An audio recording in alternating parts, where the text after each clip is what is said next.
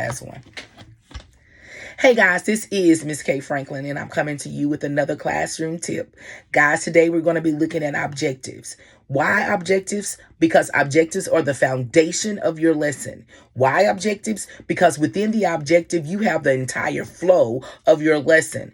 Why objectives? Because with an objective, anyone who is reading your objective should be able to break down your lesson by looking at your simple objective. Now, know this about objectives. There should be two when you're really internalizing your entire lesson. When you are writing your lesson plan, you have one language that you're using. It might say the student will, because you're considering your audience. When you are writing your objective and your audience is your students, and that objective is posted, yes, it should be posted in your classroom where, get this, your students can read it. Not something small written over in the corner behind the wall, identified as objective, so those other grown people coming in can read it. But it should be posted in your classroom where your students can read it. They know that it is there. They are familiar, and they aim to read that objective every day to find out what it is that they are learning. Now listen, they will begin to know what they are doing in the classroom without asking the infamous question, what are we doing today?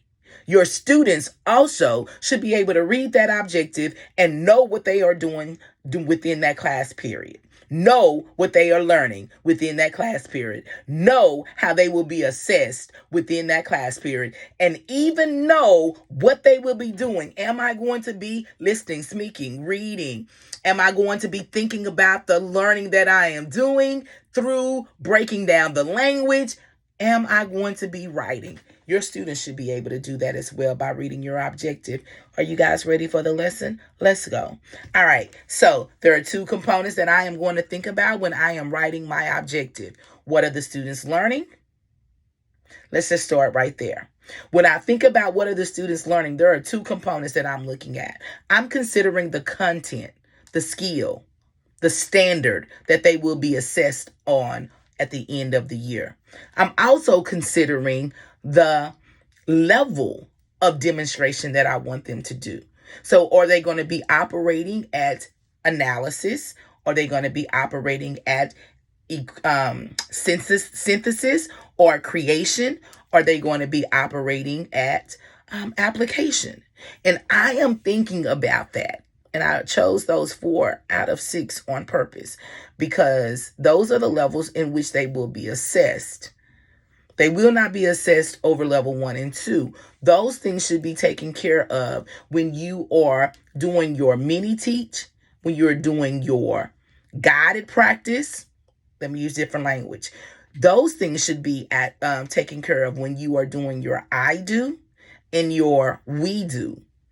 And then please, after you have taught and you have practiced with the students, please make sure you assess them independently with a formative assessment to make sure that they are ready to go into the lesson by themselves. Make sure they have access to learning, guys.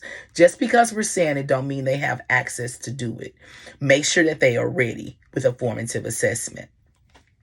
Now that we have made sure that they are ready with that formative assessment, they are now going to demonstrate their learning in some kind of way. How are they going to do that? Well, I'm going to know that by reading your objective, and it's going to come after your by statement.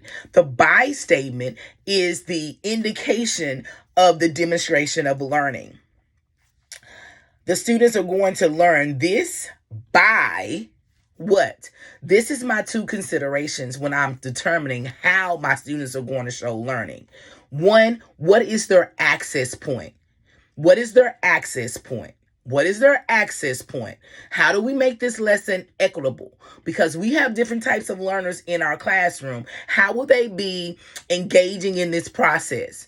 Will they be speaking, listening, writing, reading, or will they be using metalinguistic strategies in which they are breaking down the language?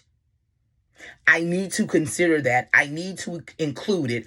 I need to be intentional about it. I need to think about it and include it in my lesson because I have different types of learners, and all types of learners will benefit from this practice. And then what is my engagement? Are the students are going to be working with text? Are they going to be working with a peer, a small group, with the teacher? Will they be writing an essay? Will they be working on a number line or using cubes?